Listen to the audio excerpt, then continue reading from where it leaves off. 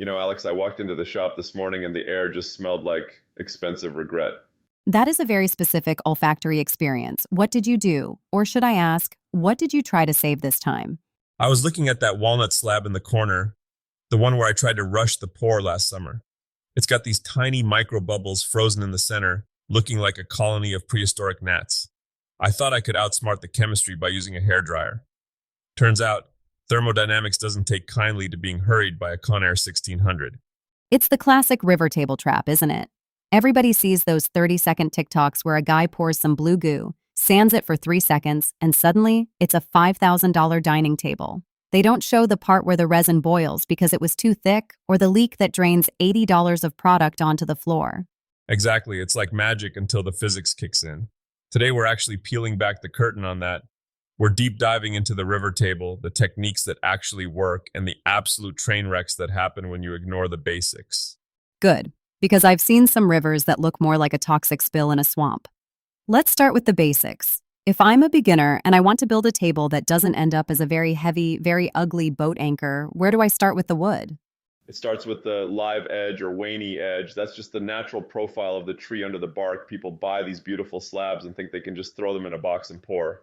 But if that wood isn't seasoned and bone dry, I'm talking 8 to 12% moisture, you're just inviting the resin to peel off like a cheap sticker in 6 months. So no fresh cut logs from the backyard? Unless you want a table that groans and cracks like a haunted house, no. And here's the most tedious, annoying part that everyone skips, removing the bark. But the bark looks cool. It adds that nature vibe. It looks cool for about a week. Resin bonds to the bark, not the wood. Then the bark decides it doesn't want to be attached to the tree anymore, and suddenly your river is floating away from its banks. You've got to get in there with a chisel and a wire brush. You want to see the actual wood grain on that edge. Then, and this is a little trick, you scuff that edge with some 80 grit sandpaper. Give the resin some teeth to grab onto, Are we really talking about sanding the parts nobody sees? especially the parts nobody sees. That's where the structural integrity lives. Okay, let's talk about the blue goo. I looked this up and there's tabletop epoxy and deep pour epoxy. They look exactly the same in the jug. Why can't I just use the cheap stuff and do one big pour? Oh, you can. If you want to see a miniature volcanic eruption in your garage, tabletop resin is designed to be thin, like a coat of polyurethane. It generates heat as it cures. If you pour that stuff 2 inches deep, the heat builds up so fast the resin can literally smoke, crack, and turn a lovely shade of scorched yellow. So deep pour is just slower? It's the marathon runner of the epoxy world. It's formulated to stay liquid for a long time, sometimes 24 to 48 hours, which lets the heat dissipate slowly. It's also thinner, like water.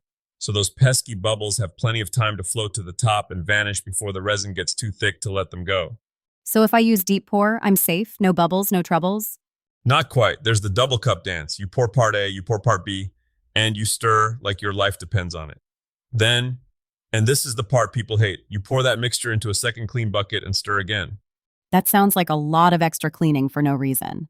It feels that way until you find a soft spot in your finished table. See, the resin on the sides of the first bucket never gets fully mixed.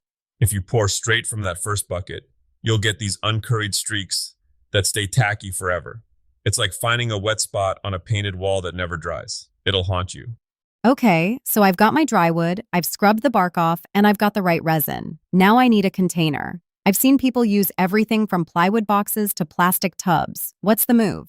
Melamine is the old standby because it's flat, but epoxy loves it a little too much. You have to treat that mold like a high-security prison.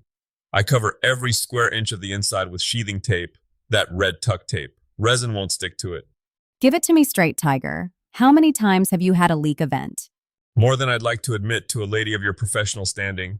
One time, I thought a few dabs of hot glue would hold the ends. I started the pour, went inside to make a sandwich, and came back to find 40 pounds of resin slowly migrating toward my table saw. It looked like a translucent blue glacier was swallowing my shop. I spent 4 hours with a scraper and a lot of colorful language. So the lesson is, silicone the living daylights out of the seams? Seal it like you're building a submarine. And then, once you put the wood in the mold, you have to clamp it down. Wood floats, Alex. It's a buoyancy lesson you don't want to learn while $300 worth of liquid is lifting your slabs into the air. Let's talk about the pour itself. I see these gorgeous effects, the swirls, the cells, the ocean look. Is that all just luck? It's timing. You don't just dump the pigment in and walk away. If you want those moving water swirls, you have to wait until the resin starts to thicken, what we call the gel phase. If you stir the mica powder in too early, it just sinks to the bottom and looks like a flat coat of paint. You have to wait until it has the consistency of warm honey. That's when you take a stir stick and draw your patterns. They'll actually stay put instead of settling. And the seal coat. I've heard you mention that. Do you pour the whole river at once? That's the get out of jail free card. Before the big pour, I like to take a little bit of resin and paint it onto the live edge of the wood. It's like a primer. It seals the pores of the wood so that when the big pour happens, the wood doesn't burp air bubbles into your clean river for the next 12 hours. Wood burps, charming. It's a real thing. You'll see a perfect pour, go to bed, and wake up to find a huge bubble stuck under a ledge because the wood decided to exhale at 2 a.m. We've talked a lot about the doing. Let's talk about the fixing. What happens when someone listens to this, tries their best, and still ends up with a cloudy finish or a sticky top? Is it a total loss? Almost nothing is a total loss in woodworking. It just becomes a different project. If it's sticky, you usually have to scrape it back and pour a thin flood coat of tabletop epoxy over it. If it's cloudy, it's usually because you didn't sand high enough. People stop at 220 grit and wonder why it looks like a foggy morning in London. For resin, you have to go deep into the I can see my soul in this grits. 1,000, 2,000, then a polishing compound. That sounds like a lot of elbow grease. It's the difference between a DIY project and a piece of furniture. You got to be willing to spend as much time finishing as you did building. You know, it's funny. We spend all this time trying to control the resin, sealing it, timing it, clamping it. But the best tables always seem to have a bit of character that wasn't planned. That's the heart of it. You're partnering with a living thing, the wood, and a chemical thing, the resin. You're the mediator. If you respect the rules of both, they'll play nice. But if you try to bully them into behaving, they'll push back every time. Spoken like a man who has lost many battles to a bucket of glue. I've graduated from the School of Hard Knocks more times than I care to count. But that's why we're here, right? To help the folks at home keep their resin in the mold and their sanity intact. I think the big takeaway today is that patience isn't just a virtue in woodworking, it's a structural requirement. You can't rush the dry, you can't rush the mix, and you definitely can't rush the cure. Spot on. If you're looking at the clock while you're pouring resin, you've already lost. Put on a good record, check your seals one last time, and just let the chemistry do its thing. Well, Tiger, I think I'm actually brave enough to try a small serving board now. Maybe not a 12-foot dining table yet. Start small, Alex. The mistakes are cheaper, and the lessons stick just as well. Just remember, seal the wood, double mix the goop, and for heaven's sake, check for leaks. I'll keep the hot glue gun in the drawer. Good call. Until next time, keep your tools sharp and your shop floor dry. We'll see you in the Tiger Den.